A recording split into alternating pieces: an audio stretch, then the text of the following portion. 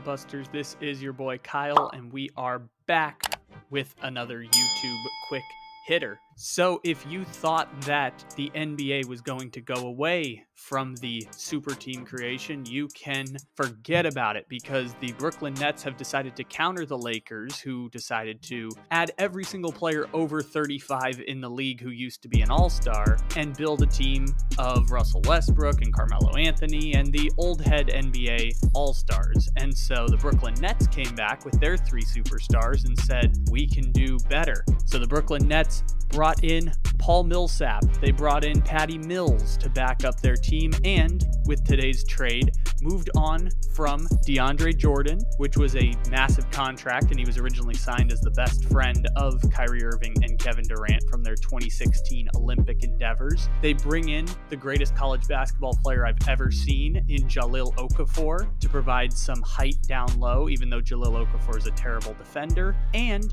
signed LaMarcus Aldridge to a new contract. After LaMarcus signed with Brooklyn originally back in March, the NBA started creating a whole petition, especially among small market teams, that said there should be restrictions on the buyout market, because when teams buy out players, they all end up signing with 2 or 3 super teams, which helps widen the gap between the best teams in the league and those teams that can't get such a good player. They are the people who we think of as the ring chasers. We saw it with Andre Drummond when he got bought out and joined the Lakers. We saw it originally with Dwight Howard, who won the championship with the Lakers. Rajon Rondo was a buyout who signed with the Lakers, then went to the Clippers, then re-signed with the Lakers. George Hill is traditionally a buyout who went to join LeBron's Cavaliers. And now the Brooklyn Nets have signed 4 of those players, and trading for Jahlil Okafor, of course. They've brought in 4 different players that can potentially change that math up, and they're doing it before the trade deadline ever hits, which means there will be more buyout candidates,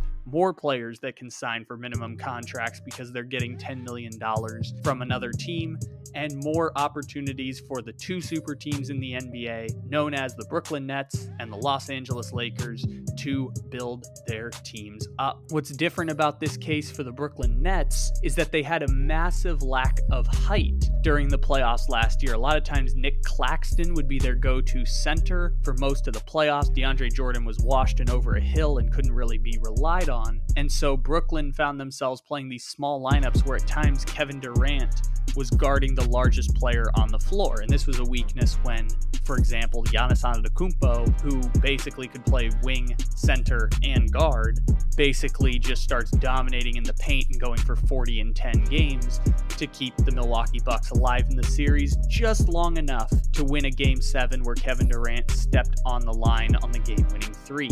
And so Brooklyn strategically adds players that help with the height situation but don't necessarily fix their defensive concerns. Paul Millsap has been a very good offensive player, but he shoots predominantly from the mid-range and 3-point line. He's not necessarily a bruising type of player anymore. Patty Mills is just a shooter, of course, a larger point guard, but still someone who they're counting on to hit like 41% of threes. Jahlil Okafor is a 7-footer, but Jahlil Okafor is one of the worst defensive players in the NBA, and LaMarcus Aldridge can't play defense. Like, LaMarcus Aldridge just can't play defense anymore. He only shoots mid-range jumpers. He really messes with floor spacing, and yet he's a great addition for the Brooklyn Nets because he's one of the great mid-range shooters ever.